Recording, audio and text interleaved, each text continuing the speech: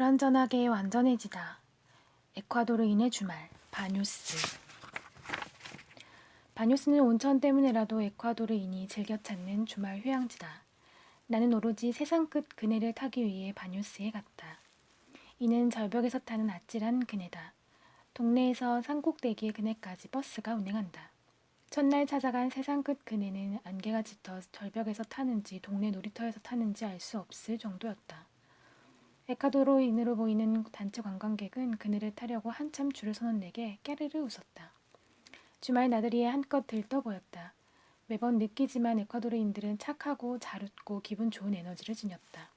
그들은 안개로 풍경이 잘 안 보여도 행복해했고 아마 저녁엔 바뉴스의 온천으로 달려갔을 것이다.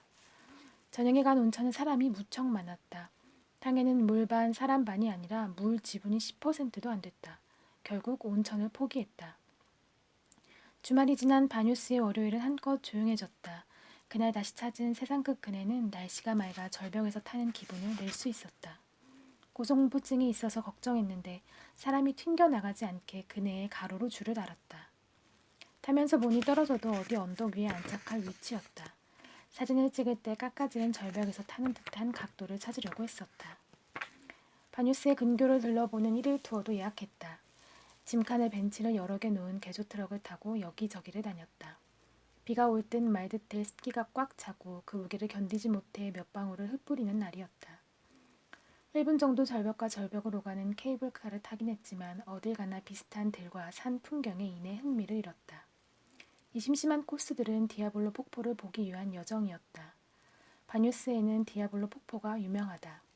개인적으로 이구아수 폭포의 장엄함보다 위에서 아래로 한 줄기 세차게 내리꽂는 디아블로 폭포에 매료되었다.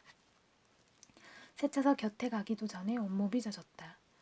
폭포로 가는 흔들다리도 젖어 쉽게 미끄러졌다. 기다시피 걷는 나를 놀리고 가는 여행자에게 욕을 하기도 했다. 하루는 래프팅을 하러 갔다.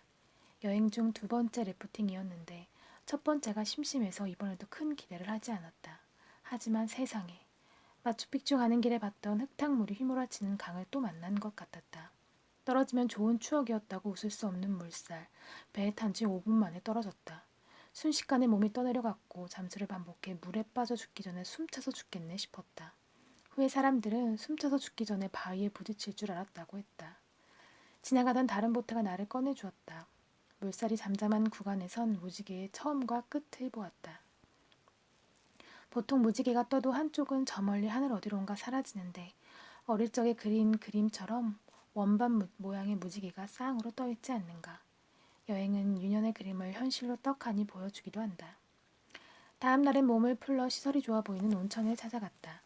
설마 평일에는 물 지분이 50%는 되겠지 하면서. 그런데 거긴 온천이 아니라 수영장이었다. 여행지에서 동네 수영장에 오는 것도 나쁘지 않았다. 다행히 몸을 씻는 곳에 탕이 마련되어 있었다. 바뉴스에 살면서 이곳에 한 달 이용권을 끊어 수영을 하고 뜨끈한 탕에서 몸을 담그고 관광객은 모르는 어디 좋은 곳에서 쉬는 날을 상상해 보았다. 아마존이 이런 데일까? 쿠야베노. 남미에서 아마존은 꼭 가고 싶었다. 남미 하면 아마존이니까 라고 생각했다. 아마존은 브라질에만 있는 줄 알았다.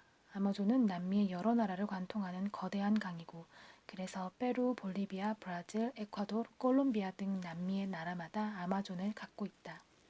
브라질의 북부인 벨랭에서 아마존을 따라 일주일간 배를 타고 마나우스란 도시까지 가는 투어를 하려고 했으나 에콰도르의 쿠야베노 아마존을 가기로 하였다. 당시 북부 브라질은 꼬마에게 속아 입에 담지 못할 사고를 당한 여행객의 소식과 더불어 다들 위험하다고 말렸기 때문이다. 몇 달간 사고 없이 여행한 탓에 행운의 끝을 그곳에서 볼까봐 불안했다. 쿠야베노는 한국에선 몰랐던 지역으로 에콰도르의 바뉴스에서 들른 여행사를 통해 알게 됐다. 쿠야베노의 아마존 투어는 4박 5일, 숙식 제공에 $60로 버스비는 별도였다. 그리 비싸지 않아 바로 예약했고 다음날 밤에 여행사 주인의 친구인 듯한 주부가 승용차로 데리러 왔다. 주부인지 어떻게 알았냐면 중간에 딸을 픽업해 집에 내려줬기 때문이다. 차로 1시간 거리의 암바토를 가는데 $10니 에콰도르 물가로 치면 괜찮은 알바다. 어떤 날은 사인을 꽉 채워 갈 때도 에콰도르는 기름값이 저렴하기 때문이다. 암바토에서 도착한 뒤 라구아그리오로 가는 버스를 탔다. 버스는 8시간 동안 지독하게 구불거리는 산길을 따라갔다. 이런 운행에 익숙해졌을 법한데 그날따라 필 수 없는 다리가 쑤셔 고통이었다. 8시간 동안 타출구가 없기에 지나치게 괴로웠다. 벗어날 수 있지만 참아보는 고통과는 다르다. 다음날 아침에 라고 아그리오에 도착했고 혹시 사기를 맞을까봐 조마조마하며 현지 여행사 직원을 기다렸다. 나와 비슷한 심정의 배낭 여행자들이 서성였는데 모두가 떠난 뒤에야 오토바이를 탄 할아버지가 나타났다. 그를 따라 시내의 여행사로 다시 이동했고 또 차를 기다리며 슈퍼에서 술을 잔뜩 샀다. 차를 타고 1시간쯤 지나 보트로 갈아타고 2시간 동안 달려 아마존에 들어갔다. 멀다 멀어. 예능 프로그램 정글의 법칙에서 보던 대로 강을 따라 풀과 나무가 미친 듯이 우거져 있었다. 미친 듯이라는 표현이 그들에게 미안하지만 그만큼 빽빽했다. 제지하지 않을 테니 마음껏 살아라 하고 내준 땅에 몰려들어 양껏 생명력을 뿜어내는 풍경. 아, 역시 아마존은 다르네. 좀 무섭네 싶었다. 게다가 강물은 짙은 녹색이거나 블랙 리버라고 불릴 만큼 검어 한 치 앞도 보이지 않았다. 피라냐 낚시를 다녀온 후엔 더 무서웠다. 고온 다습한 기후에 살면서 수영을 마음껏 할 수 없으면 좀 섭섭할 것 같았다. 아마존에 살지 않을 거면서 쓸데없는 생각이다. 게다가 수영을 할 수 있는 구간이 있다. 당연히 거기엔 피라냐가 없다. 숙소는 숲으로 둘러싸인 강가의 로지였다. 보통 아마존의 숙소는 로지라 부른다. 땅 위에 바로 짓지 않고 1m가량 위에 지었다. 그러지 않으면 땅에서 올라오는 벌레들로 잘 수가 없을 거다. 가장 큰 로지는 거실 겸 주방이었다. 소파와 8인용 식탁, 싱크대가 있다. 나머지는 침실로 쓰이는 로지로 침대와 모기장, 물이 내려가다 안 내려가다 하는 화장실이 있다. 지붕은 초가집처럼 밀집을 엮어 만들었는데 매일 내리는 폭우로 물이 샜다. 침대에 젖지 않은 부분을 찾아 새우잠을 잤다. 밤 8시면 전기가 끊겼다. 당연히 주변 불빛도 없었다. 그 전에 충전해둔 노트북으로 드라마 몇 편을 보다 잠들었다. 식사는 무척 훌륭했다. 따뜻한 수프, 빵, 닭가슴살 요리 등이 나왔다. 식사 중엔 시내에서 사온 맥주와 와인을 나눠 먹었다. 특히 가이드 할아버지가 즐거워하였다. 할아버지는 영어를 전혀 못해 스페인어로 설명했다. 여행사에서 예약할 땐 영어 가이드라고 했지만 스페인어를 못하는 내 잘못이지. 대화는 대충 눈치로 가능했다. 밀림에서 길을 잃으면 나무를 쓰러뜨려 소리를 내라. 상대도 나무를 쓰러뜨려 위치를 알려준다라는 얘기도 알아들었으니까. 장화를 신고 우비를 입고 밀림을 탐험하는 중엔 깨알 같은 생존법을 알려줬다. 개미집의 개미들을 팔에 짓눌러서 크림처럼 바르면 그 냄새가 모기는 물론 제규어도 쫓는다고 했다. 아마존에서의 일정은 밀림에 가거나 보트를 타고 야생동물을 찾아다니는 일뿐이다. 첫날에는 헤엄치는 나무늘보를 보았다. 거북인 줄 알았을 만큼 빨리 헤엄을 쳤다. 내가 놀라자 할아버지는 나무늘보로 추격해 잡았다. 동물원에서 웅크린 나무늘보만 봐서 할아버지가 들어올린 모습은 생경했다. 팔이 몸만큼 길고 털이 무척 뻣뻣하고 거칠었다. 보트에 탄 사람들은 귀여워 어쩔 줄을 몰랐다. 할아버지도 헤엄치는 나무늘보는 처음 봤다니 첫날부터 아마존의 동물 찾기는 성공한 셈이다. 보아뱀도 보았다. 생각보다 작았는데 아마도 필리핀에서 박제된 대형 구렁이를 봤었기 때문일 거다. 밤에도 야생동물 탐험은 계속되었다. 악어가 숙소 앞에 있었다. 강제 소등된 아마존의 플래시만으로 악어를 비췄다. 우리의 보트는 보트라기보단 나룻배여서 수면과 가깝고 악어가 2m 정도 되는 거리에 있어 진심 무서웠다. 게다가 야밤에 자기 얼굴을 비추는 플래시가 분명 좋지는 않았을 거다. 밤중에 아마존은 나룻배에 의지해 가다 보면 뭐든 크게 느껴진다. 빌딩 10층 높이의 나무 꼭대기에서 오는 원숭이 소리, 돌고래가 풍덩 빠지는 소리, 새들의 푸드덕하는 날개 소리, 먼지 같은 불빛들, 숲풀 냄새. 로지는 꽤 낡아서 급기야 사고가 났다. 썩은 나무 계단이 부서져 일행이 넘어졌다. 뒤통수가 찢어졌다. 이런 표현은 좀 그렇지만 빨간 입술이 말을 하는 것처럼 길게 벌어졌다. 로지의 젊은 직원인 치바는 놀라며 둘 중에 하나를 선택하라고 했다. 커뮤니티에 가서 치료를 할까? 2시간 동안 배를 타고 나가서 병원에 갈까? 커뮤니티가 뭐야? 마을 사람들이 모여있는 마을이야. 우린 고민하다 병원에 가기로 하였다. 다음날 커뮤니티에 놀러가서는 좀 놀랐다. 집 몇 채의 황량한 마을이었다. 관광객이 핥히고 간 황량함마저 느꼈다. 하지만 치바가 말했듯이 마을엔 꽤 훌륭한 치료사가 있을 수도. 우리가 간 병원은 보트와 버스를 갈아타고 3시간 정도 걸렸다. 수술실 하나가 있는 조그맣지만 깔끔하고 하얀 건물이었다.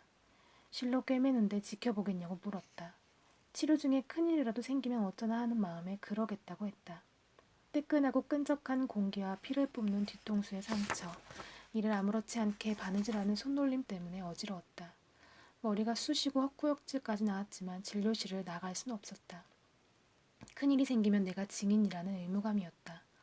훗날 연락해보니 상처는 잘 아물었다고 한다. 진료비는 $30 정도였고 항생제로 보이는 약은 $11에 구입했다. 병원에서 돌아오는 길에 그제야 주변을 보았는데 가이드의 부인이 아기를 안고 동승해 있었다.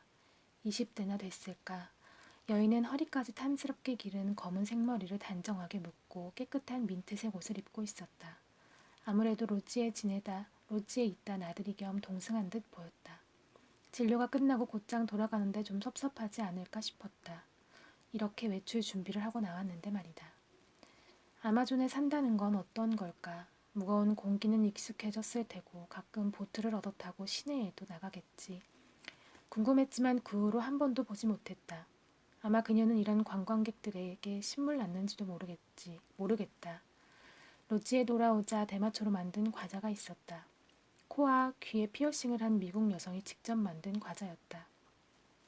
고통을 줄여줄 거야. 그녀는 아마존 투어가 끝나면 캘리포니아로 돌아갈 예정이라고 했다. 이 젊고 마음씨 착한 여성의 미국 생활이 궁금해졌다. 고향의 따뜻한 햇살 아래 일광욕을 하고 더러운 세상에 화도 내고 사랑도 하겠지. 어쩌면 공부를 잘해 명분대를 졸업하고 월가를 다닐 수도 있겠지. 스친 인연들이 각자의 삶을 살아가는 게 좀 신기해졌다. 그곳에서 만난 프랑스 커플과는 페이스북 주소를 나눴다. 후에 그들의 페이스북에게는 남미를 거쳐 베트남, 인도네시아를 여행하는 사진이 떴다. 술 취한 어느 밤, 꼭 한국에 와 내가 가이드 해줄게 라고 댓글을 남겼는데 대답 없이 좋아요만 눌려 있었다. 어쩌면 여행 중의 만남은 페이스북 따위 교환하지 말고 어딘가 각자의 삶을 살겠지라고 여기는 게 좋지 않을까. 치바도 페이스북을 했다. 그에게 손전등을 선물하자 아미고라며 진심으로 좋아했던 미소가 페이스북에도 자주 올라왔다. 여전히 야생동물을 찾아다녔고 발견한 동물 사진을 올리기도 했다. 아마존에서 만난 현지인을 페이스북으로도 보니 조금 섭섭해졌다. 그들이 야생에 머물기만을 바라는 건가? 정말 이기적이다.